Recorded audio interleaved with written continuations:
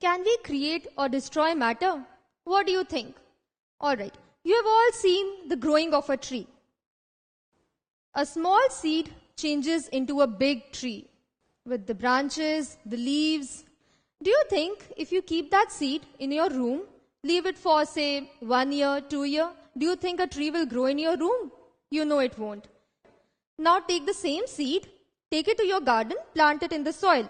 Do not water it and again leave it for 1 year, 2 years and so on. Do you think a tree will grow then? You know it won't, because you need to constantly water the seed. This is what happens. When a seed becomes a tree, it needs a lot of things. It needs sunlight, it needs soil, the manure, the nutrients from the soil, it needs water. So all these external matter, these factors, the soil, water, sunlight, chlorophyll, this is changing into the tissues and cells inside the tree.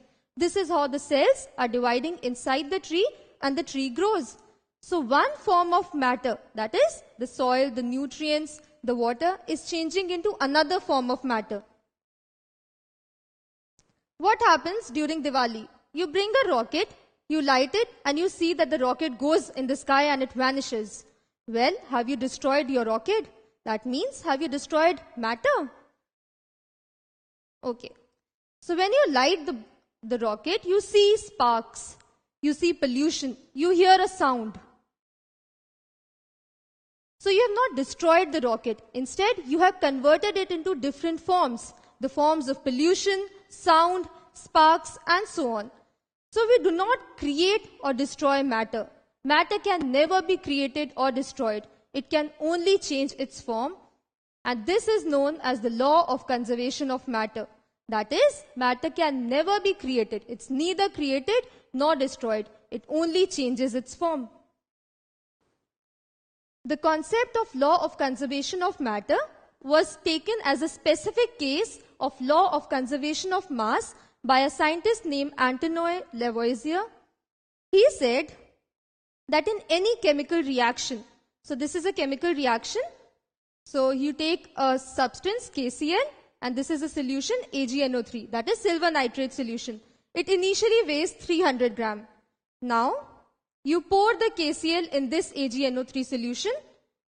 A chemical reaction takes place. It forms a compound, this precipitate silver chloride, and it forms a solution KNO3.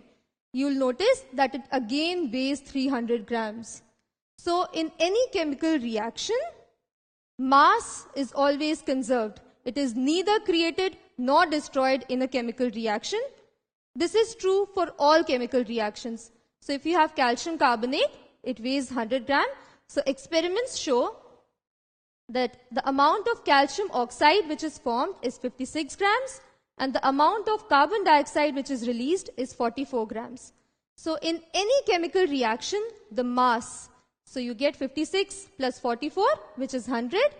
So the mass in any chemical reaction is always conserved. So let's take a question. We have 15.9 grams of copper sulfate and 10.6 grams of sodium carbonate. They react to form 14.2 grams of sodium sulfate and 12.3 grams of copper carbonate. So are the results in agreement with the law of conservation of mass?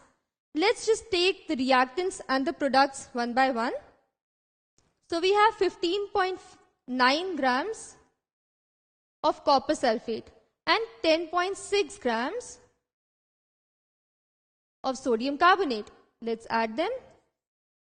So we get 26.5 grams of the reactants. Now let's take the products. So we have 14.2 grams of sodium sulfate that is formed and 12.3 grams of copper carbonate that is formed. Let's add this.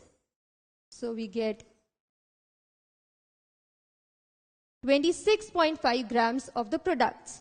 So 26.5 grams of the reactants, they form 26.5 grams of the products. So yes, the results are in agreement with the law of conservation of mass. So yes, they follow the law of conservation of mass.